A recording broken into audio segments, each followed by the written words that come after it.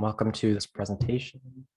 And welcome. I appreciate you taking some time for yourselves. And obviously this one I think is a really important presentation, at least for the recent news and a lot of what's been going on in the world right now. I think we could all use some grounding and settling. So this presentation is really designed to help give you some skills that you can practice, go through a little bit about what mindfulness is, how it works, and then how to practice grounding techniques, both individually, internally yourself, but then also in groups. Some of you might be faculty members who run classes. Some of you might have your own teams that you supervise. All of this can be incorporated into different environments. And we'll talk a little bit about how to use that and why it can be important. And then I think the goal of this was also to help everybody feel a little bit more grounded. So we've got a bunch of activities and interventions that you can use outside of this presentation that hopefully can be helpful today as well. So my name is Kyle Zintars. I'm a senior counselor at the Counseling Center on campus, and I coordinate outreach for us. So I do a lot of things. Jake? My name is Jake Hedges. I'm the embedded counselor here on campus. So I kind of go between being at the counseling center and I have an office in Cayuga Hall. So I see a lot of the RAs and the Res Life kind of staff for mental health needs and therapy, things like that. Actually, using these tools are really great for all students. Like I think they can be really effective, and they're easy to kind of conceptualize and kind of make your own. So you don't have to be a therapist to kind of like, kind of adapt this and kind of, create this and personalize this. So when we had the opportunity to present this, I thought it would be really fun and interesting. But yeah, that's me. This is my first year here, really. It's kind of coming down the end of the first year, and I'm excited to be presenting with Kyle on this year. All right. So I'm changing this around a little bit. I think get comfortable wherever you are. I know we're all positioned in different ways. We're all in different spaces, but wherever you are, just get comfortable. Notice how your body feels. Notice if you're sitting or positioned in a way that's uncomfortable. And for these activities, you always have the option to close your eyes if you choose to, or you can find like a fixed location in your room if you don't feel comfortable closing your eyes. But what I want you to do is just start with a deep breath in. Feel your lungs fill up, and then a slow exhale out. And we'll do one more deep breath in, a little bit bigger this time. A little pause at the top, and then a slow exhale out.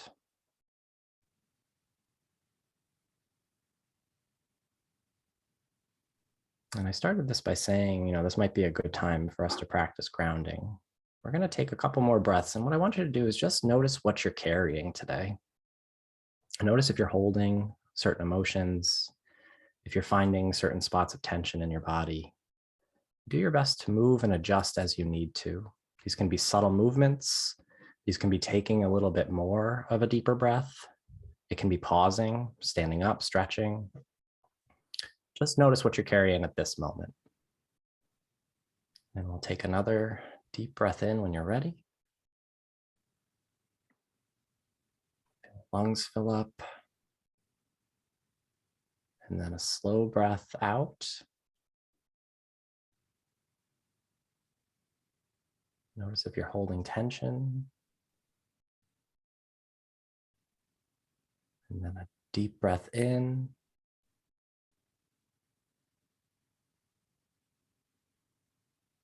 And then on the slow breath out, just try and release any of the tension that you might be holding. Bring some ease to those pressure points.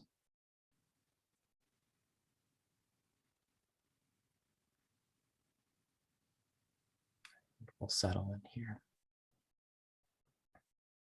When you're ready, you can open your eyes back up, come back into the space. And throughout this conversation, just notice how you respond internally. That interoception is really important, noticing what your body is signaling to you throughout. And with so much heavy stuff going on in the world, it's important that we pay attention to those signals. So much like anything, where we're going to be talking about some stuff that asks you to pay attention to your body, to your thoughts, know what you need to do for yourself during those moments. There will be times where maybe it does help to just look away for a little bit, or to take a few deep breaths for yourself. Standing up and stretching, however you want to. Camera on, camera off, whatever you're comfortable with. So thank you for being here, and I hope this is helpful during this time. As we get started, I wanted to cover kind of the overall broad kind of approach of mindfulness and how grounding fits in with that. It's a huge buzzword for the past few years. It's been something that's really gained a lot of kind of cultural clout, and you see it kind of everywhere. And it might be a little bit different than kind of how it's advertised.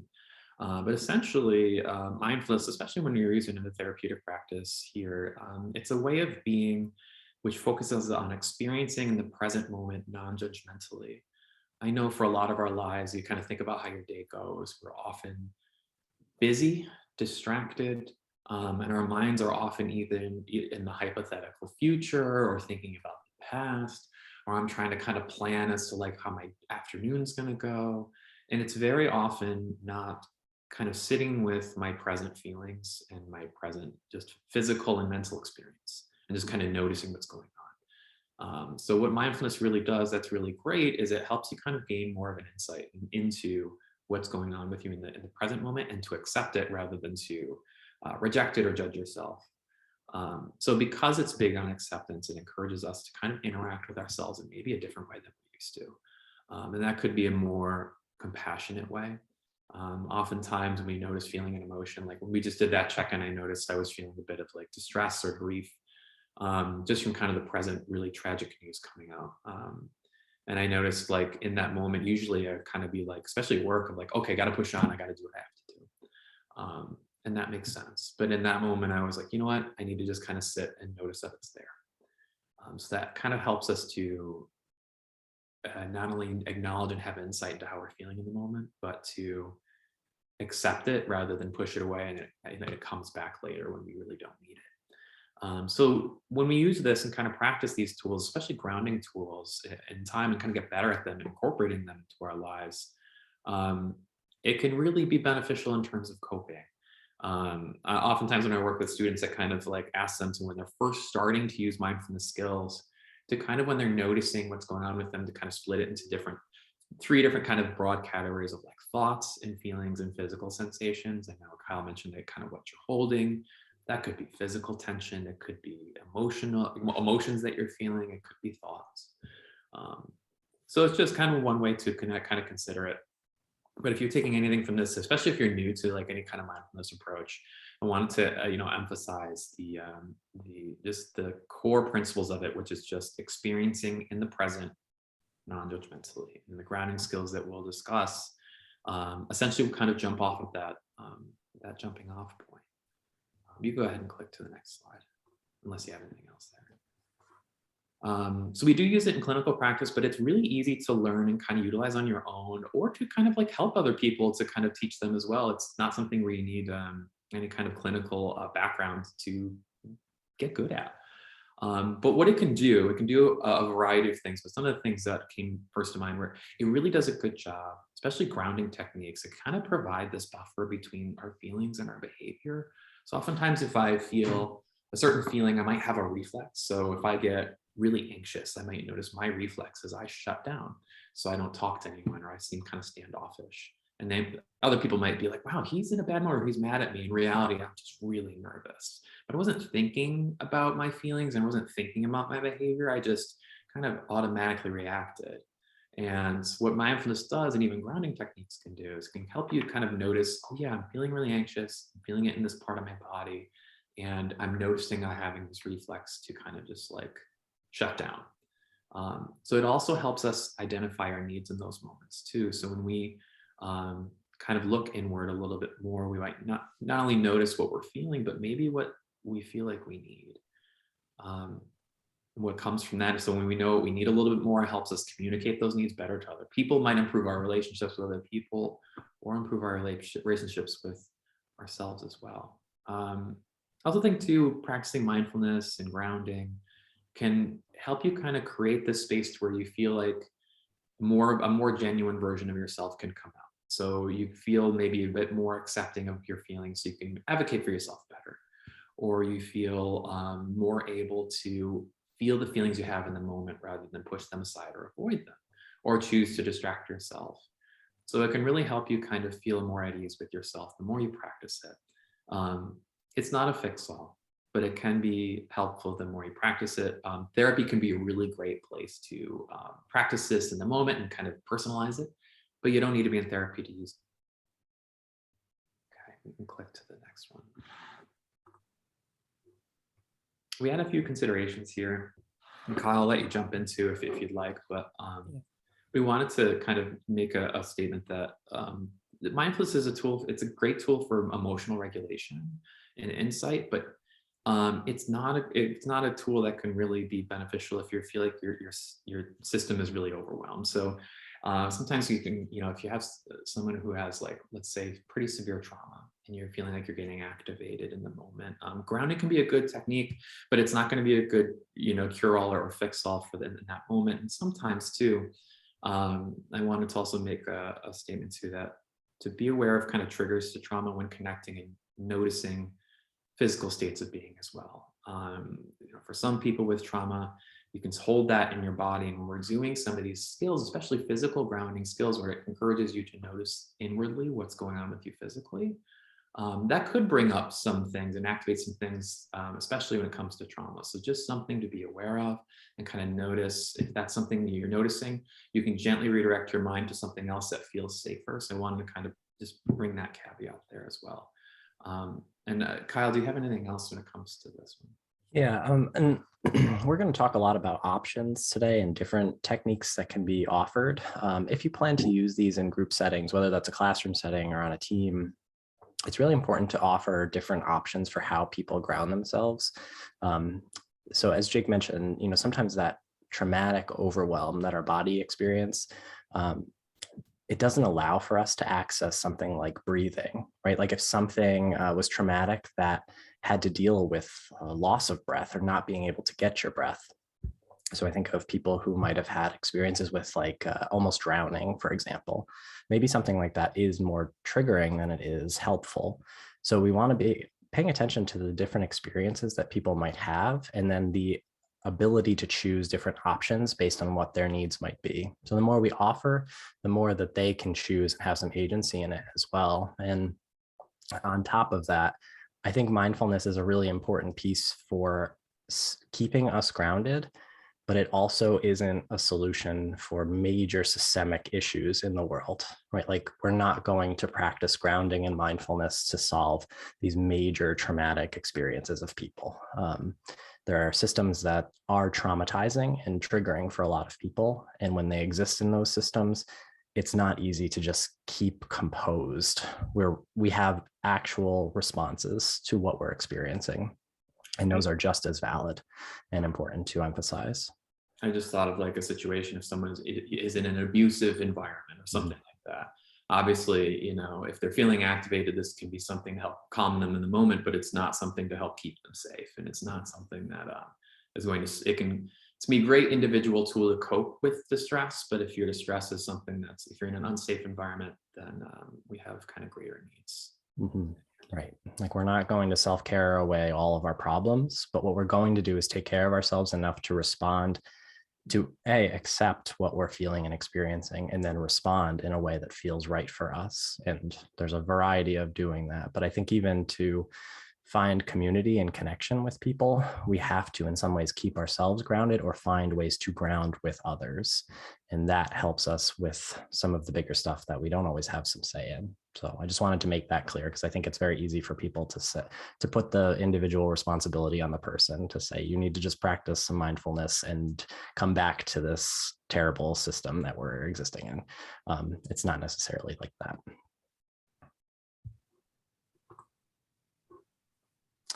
So I wanted to emphasize a little bit about what grounding is to give us some context. So there's a lot of grounding practices that do help us to calm and soothe our nervous system. We've been existing in I think, a stress response for the last few years here. There's constant changes, there's constant things that we're having to deal with and face. And our stress response doesn't give a lot of time to settle before something else has come up. So grounding helps us just to interrupt the, I guess, the fear of falling into chronic overwhelm.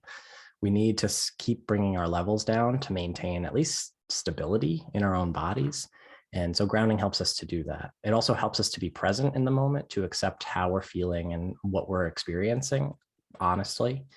It helps to build us a feeling of safety, and that can be done internally, but that can also be done with other people, right? Like, you know what it's like to sit with a friend who you know gets it, or they are there for you and supportive.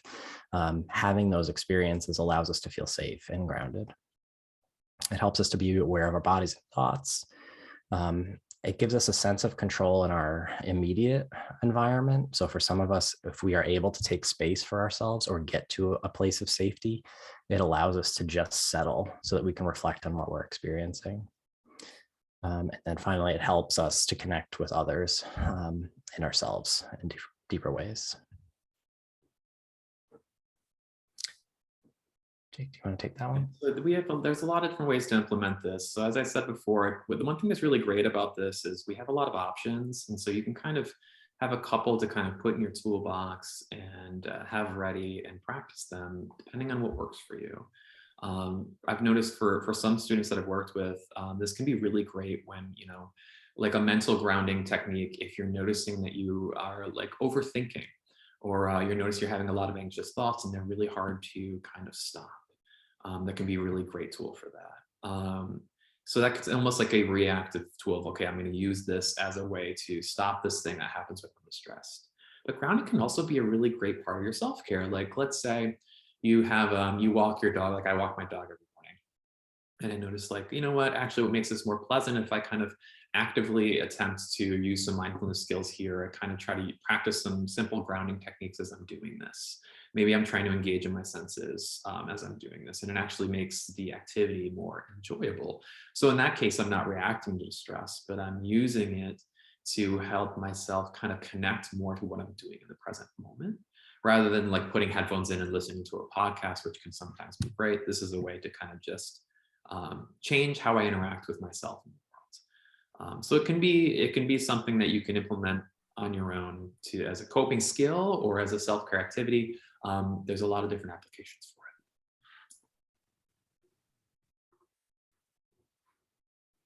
So I've included a basic handout that has 30 different grounding techniques. So if you have a phone and you want to QR code it, you can. At the end of the presentation, I'll put the PDF in the chat so you have access to that. And I'll include it in the materials wherever these are going to be housed.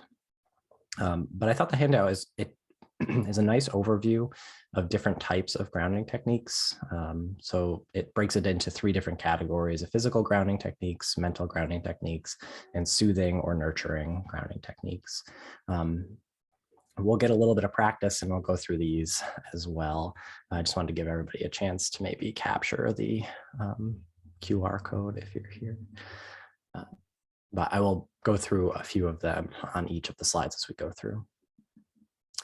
So I'm curious, as we start this conversation, if anybody feels open to it, to just put what grounding techniques or what helps to ground you individually in the chat. That would be really helpful. I'd love to see what people gravitate towards or do for themselves when they're starting to feel overwhelmed or stress levels are pretty high. And the more ideas we have, the better. So feel free to throw those in the chat, and I will keep moving here as you do that.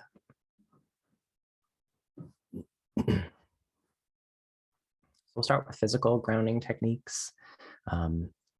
Just being able to have some say and make choices about your physical body, I think, can always be helpful for us. We aren't just a mind of thoughts. We are a physical being in the world, and we have to pay attention to how that interaction with the world sometimes either complicates our stress response or helps us to alleviate some of that stress. So physical grounding techniques could be slow, deliberate breaths like we did at the beginning here. It can be paying attention to your posture and positioning. So just noticing, like, if you're going meeting to meeting, sitting in your next meeting, Are you more hunched over? Are you sitting in a spot where your back hurts? Are you paying attention to your basic needs like hunger and have you had a sip of water? Paying attention to all of those physical needs can be really important. Um, Temperature is incredibly helpful. And I don't know if I call it a luxury, but for some people, I know they like having the ability to go outside in an Oswego winter and cool off immediately. So paying attention to the temperature, is there a way that just adjusting how your temperature is changes the way your body responds? And cold, I think, can be a really big shock to the system. So people do that in different ways. And that could be ice packs, that could be warm packs, it could be a cold washcloth, a hot washcloth. It could be holding an ice cube or putting ice water on your face or going outside, depending on what temperature you're in. That switch in temperature can be really effective for just getting us out of rumination, especially if we're feeling like very overwhelmed in a specific moment. And I see some of those popping through in the chat there, which is great. So some of you already go to that. Changing our environment. So maybe that is getting outside and going by the water. Does that change how our stress response is in the moment, right? Like I know for myself, if I am trapped on my couch doom scrolling, that's not necessarily the best place for my stress and my anxiety and my overwhelm. But being able to put my phone down and go sit outside, go by the water, a lot of that stuff starts to change my physical reaction. And then movement of any kind. So that could be walking, that could be dancing. The impromptu dance party can always be really helpful for just changing gears a little bit. Put on some music you enjoy or that gets you moving. And it just helps to alleviate some of this hyper focus on either the negative or the overwhelm. It allows for a little bit of difference. And something as simple as like basic exercises or movements like push-ups or just like squats or stretching, yoga, all of that stuff can be really helpful.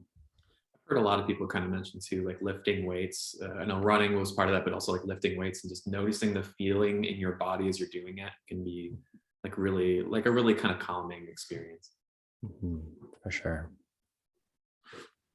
I see some great ones in the chat here.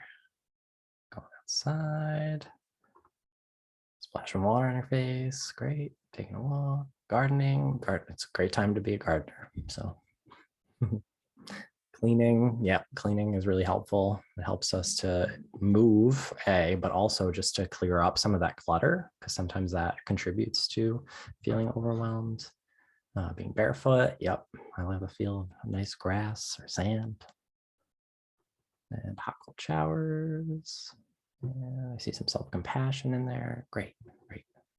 Thank you all for sharing. I appreciate it. And hopefully maybe some ideas for people who might not know for themselves what they do. So let's do a basic practice here. This one is for physical grounding. So again, get comfortable in your seat. Notice if you're holding tension. Notice if some of that discomfort has settled back in from when we checked in at the beginning here. But move how you need to. Maybe that's putting your feet flat on the floor. Maybe it's putting your hands in your lap or on a table or in your pockets, whatever feels comfortable for you. And we'll start with a nice deep breath in. A little pause at the top and a slow breath out. One more deep breath in. Pause and slow exhale out. So first notice where any tension might be held. That could be sore spots, that could be discomfort, that could be gripping or clenching. So when you notice those spots, either adjust as you need to, or on this next breath, what I want you to do is imagine on your exhale, releasing some of the tension or discomfort that you're holding. So deep breath in.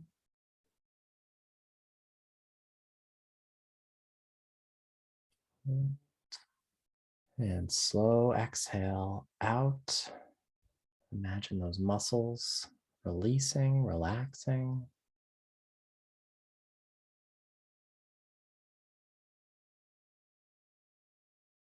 Next, I want you to pay attention to the opposite of that. What is the calmest part of your body right now? Notice where you feel that. Could be in a hand, could be in your leg. Notice where you hold calm.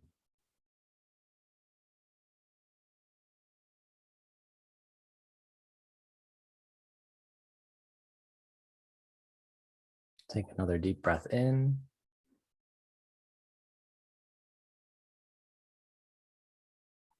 And slow exhale out.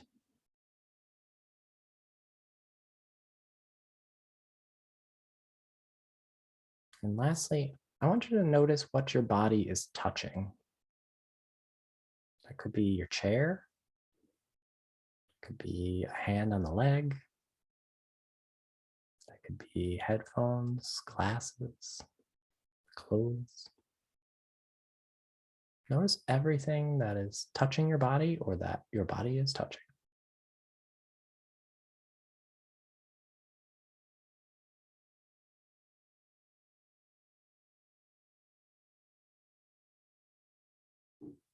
And one more deep breath in.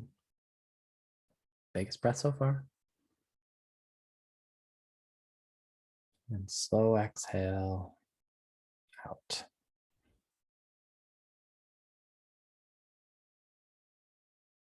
You can come back into the space when you're ready. Open your eyes if you're ready.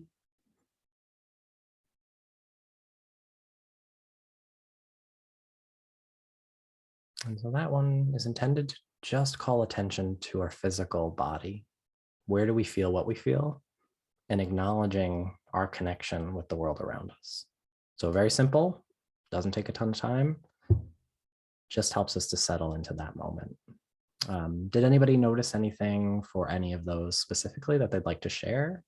You can unmute yourselves, or if you want to put it in the chat, whatever you're comfortable with.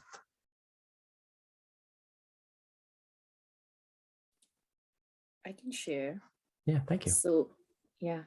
So I did notice that I was very calm in my head and in my face. Mm-hmm. But when it comes to my upper shoulders, I feel I'm carrying a lot of tension.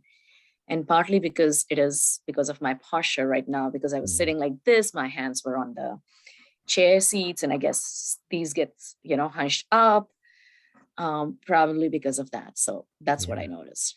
Great. Thank you for sharing. So yes, there's very real reasons, especially with what we're doing here and being on a laptop and being in front of like the computer and how things kind of shift. So paying attention to like maybe what causes that discomfort or tension. And then it seems like the face head was where everything felt at least the most relaxed. There wasn't too much tension there. Thank you. I noticed some antsiness in my core when I was sitting down. When I'm standing up, I feel better because I can move around a little bit. Mm-hmm. Yes. So even though like those small movements just help to like ease some of that, you don't feel as antsy or jittery. It's just like, all right, I can take some control here. A little bit of movement helps. Thank you. Awesome. Thank you so much. We'll move on to mental grounding. Mental grounding can be a pretty interesting and kind of adaptable use of this skill. And there's a lot of different ways you can exercise this. What it can be really good in doing is redirecting our thoughts, especially when we're noticing, let's say you're getting some, like I like to think like overthinking is such a broad term, but sometimes overthinking can be like, if you really experience what we call like catastrophizing, start getting anxious or worried about something, and you're noticing your mind is rehearsing the worst thing that could happen, even though you know that's not probably what's going to happen, sometimes can be really difficult to feel like you have control over your kind of line of thinking. And no matter how much you try to fight it, it feels like, oh, the more I fight this, the more anxious I feel. So mental grounding can be really helpful in regards to that, and giving you a little bit more kind of control and activating other feelings and thoughts that can kind of maybe change how you feel a little bit. So this might look like a lot of different things. For some people, we can do like thinking in different categories to kind of promote focus and kind of see what that brings up for you in terms of, so oftentimes too, I notice like I'm doing this right now. When I think about a certain category, I jump to something else. And it can almost seem like my line of thinking can feel scattershot. So this is more of an intentional, deliberate practice to sit with a certain category and just explore it the most that we can with a certain kind of set amount of time. It really encourages you to kind of just sit with one specific topic or one specific area. And if you're noticing you're jumping out, you kind of bring yourself back in. Another way to do this is like imagining doing yourself something mundane or boring, especially if you're feeling stressed or activated. Let's say like imagining doing the dishes. For me, like that's like my thing at home.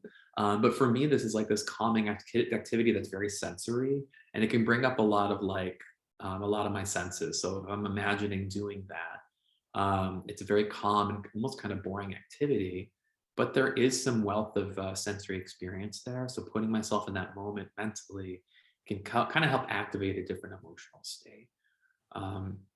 For some people, reciting facts about themselves or a certain topic can be another way to intentionally focus on one specific thing to keep themselves from kind of following down a certain mental track.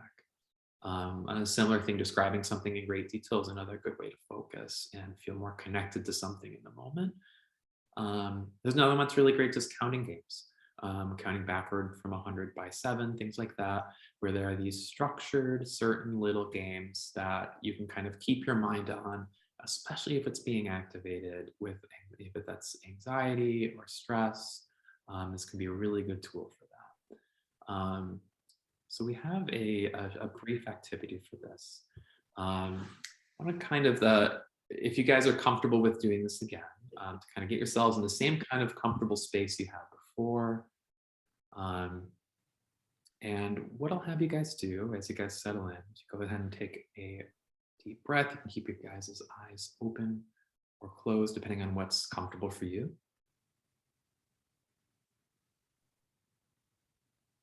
And breathe out.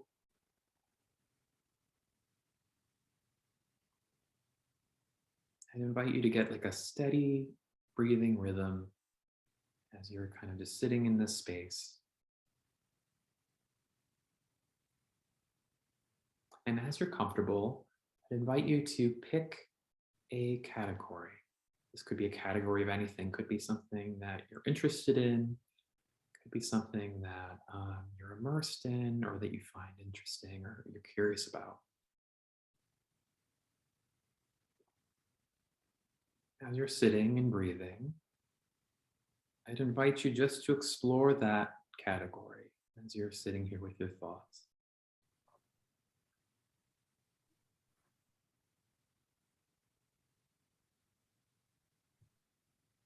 And as you're exploring, I want you just to notice if you feel your attention begin to kind of stray or hop outside the bounds of that category, I'd invite you just gently to redirect it back in. We don't want to chide ourselves or punish ourselves for that. Our minds are there to wander, but for this time, we want to just do our best to focus on one specific area.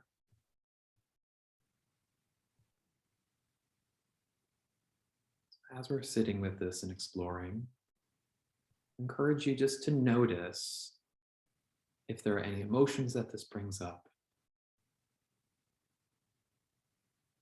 just as you're thinking about it.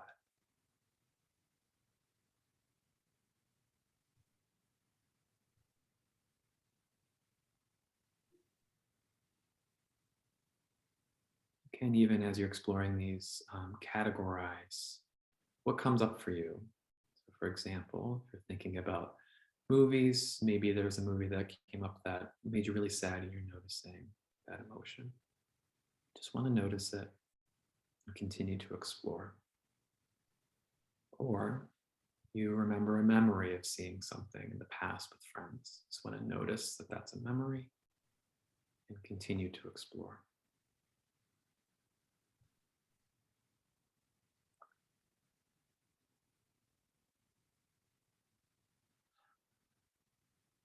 Take another moment of another few breaths. And as you're ready, I invite you to come back to the room and allow your mind to explore on its own, almost like you're opening up a door and letting it back out of the room. And,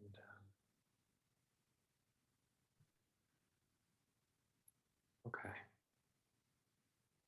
Now that can be either in the chat or you can unmute yourself. I wanted to see what this was like for everyone. I know for some people, this can be a bit challenging in that we're not used to focusing on just one thing deliberately. And it can be a little tough to keep focused. So what was it like for you guys?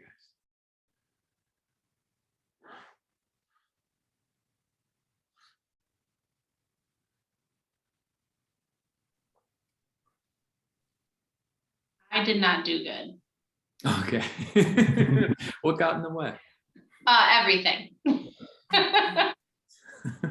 Current news to what I have to do this afternoon.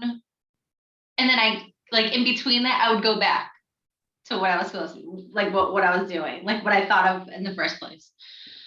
That's And yeah, it just kept rotating.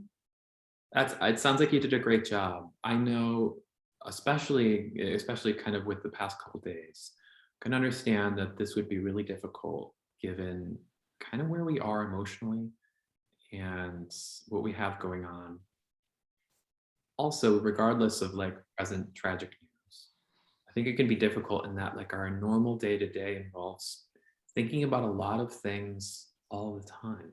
Like we are really kind of, our attention is essentially really divided, and kind of moving away from that can feel a little distressing.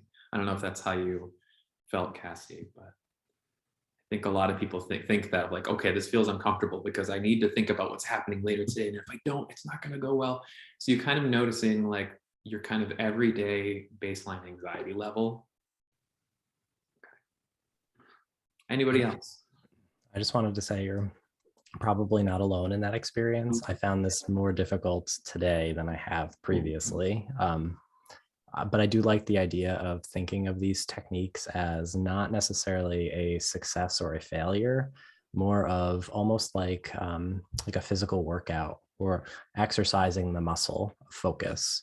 And I think the part that you did really well was you kept coming back to it. Even if it wandered and you drifted, you were able to kind of bring yourself back. And I think that's the exercise in and of itself. That's what helps us to feel more grounded. So I think that's such a big trigger to judging ourselves of, oh, this didn't go well for me. I didn't do a good job. And actually you did a great job in that you noticed how it was tough. That's all you needed to do was just, okay, this skill was difficult and I struggled with this because of this reason. That's great. That's a really great insight. And especially because you guys are new at practicing this. So of course it would make sense. So great job. I know this one can be really helpful in a certain context. It sounds like it was pretty difficult in the moment. I can imagine if I was going to try this right now and not have to lead it, I would probably struggle as well. So thanks for bearing with me. I think we have one more. Is that right? It was okay with me. I actually meditate every day for last 15 years. So it's easy for me to concentrate. So Casey, what you're saying is absolutely true. It took me years to actually focus. And I mean, if it's okay, can I share the way I started learning to focus, if that's okay with you? Absolutely. Yeah. So Casey, think about any thought that comes into your mind. And when we keep on thinking about that thought, it actually creates a neural track in your brain. And which basically means it's like a train track that has been created in your brain. And now every train will run on that track. So that's how I think about it. The best way to actually kind of like either make that track weak or not to run your train on that track all the time is kind of like focus on your nose. And this is what I do. I close my eyes, I focus on my nose. And if you know, we don't breathe from both nostrils at the same time. We either breathe from the right one or from the left one, right? And just focus on which nostril are you breathing from that day, okay? And just see air going in, air going out. This is just to be done for 1 or 2 minutes, and then automatically you will see things start dissolving away. Once again, like Jake and Kylie said, it cannot be done when you're really, really aggravated. It cannot be done because your mind cannot focus. It's just the overwhelming feeling that you have. But somehow focusing either on my nose or in my center, which is the prefrontal cortex, kind of like helps me focusing. So that's what I have learned, but it took me years to get to that point. So it's fine. Yeah, thank you so much. That was great. Yeah, I think it can feel discouraging at first when you try this and feel like, oh, well, that didn't work. Yeah. Kind of check out. Yeah. Yeah, that's fantastic. Thank you so much for that. Yeah, thank you so much for sharing your techniques as well, because I think we all need to find our ways to connect with this in different ways. So thank you so much. You're welcome. Right, and then the last one that I'll mention here is connected to nurturing and some of that compassion work for ourselves, paying attention to what we need and how we can take care of ourselves in different ways. So nurturing grounding techniques could be something that is more about acknowledging and accepting our feelings as they're happening and occurring, right? So keeping that non-judgmental space. I'm feeling this way. Being able to label it, acknowledge where you feel it in your body, acknowledge how it's impacting you. Not to be judgmental, not to talk your way out of it, not to resist it in any way, but just to be accepting as it's happening. Connecting with others. So maybe this means sitting with someone who helps you to feel grounded and safe, or maybe this means seeking out space for yourself when maybe connection isn't the easiest thing for you in the moment. I think we all have different needs with our interactions and relationships with people. So just kind of paying attention to what you need at any given moment. Nurturing our physical bodies. So for some people, and I think this was mentioned as well, like showers, different types of massages, actually paying attention to the muscles that are working. It's amazing how much work our hand muscles and feet muscles do every day. So giving them a little bit of love can be helpful and compassionate for yourself. It could be paying attention to different textures as well.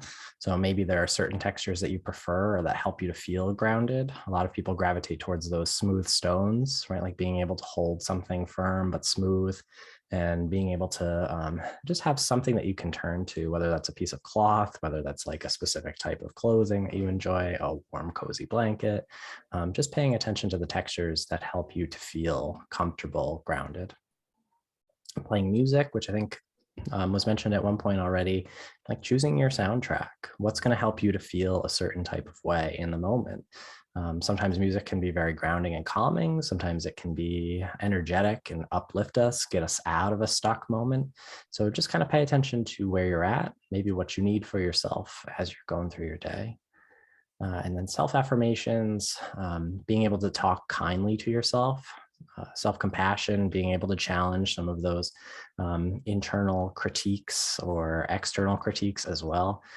Some of the things that really make it hard for us to feel accepting and okay as we are. And then practicing something like loving kindness, being able to extend this kindness to ourselves and to other people, giving time and space for that.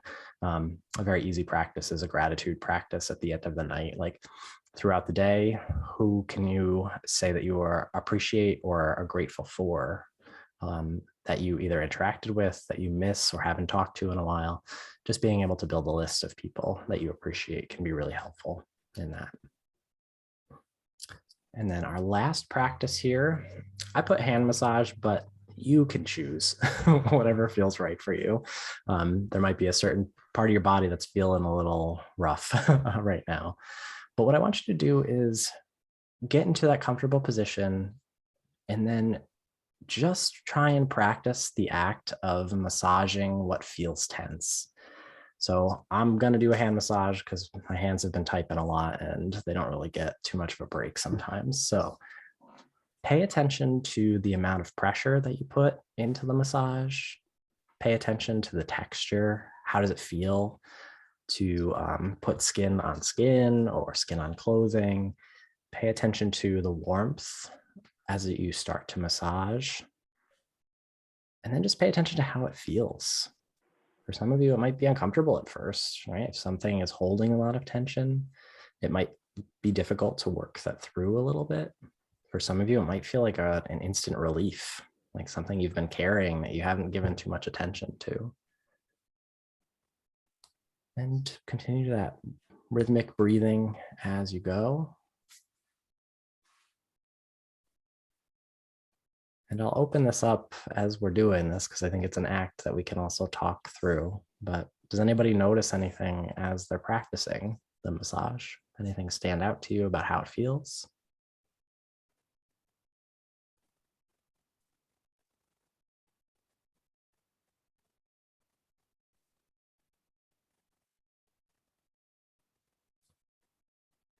I know for me, I'm noticing the warmth like immediately, just being able to push hard on my hand warms it up. I think for me, the softness of my palms, like I don't think about that, but how soft they are when you push into them. Yep, so just being able to feel like the softness of the skin, paying attention to something you don't really give a lot of attention to. Like for myself, when I'm massaging my hand, it encourages my hand to kind of like kind of go limp or like release all the tension, and that's not something I really experience throughout the day. Yep. So I'm literally feeling the relaxation of limpness. Yep.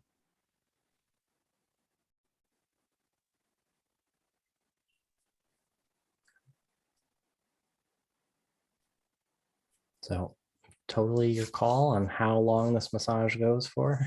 It doesn't end with the presentation if it doesn't have to.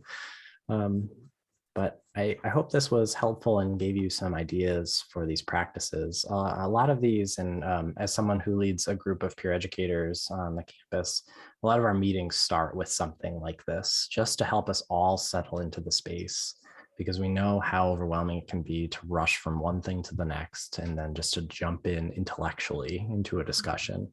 Sometimes it's helpful to build that safety and settling into our everyday experiences and to encourage the people that we're with to do that as well.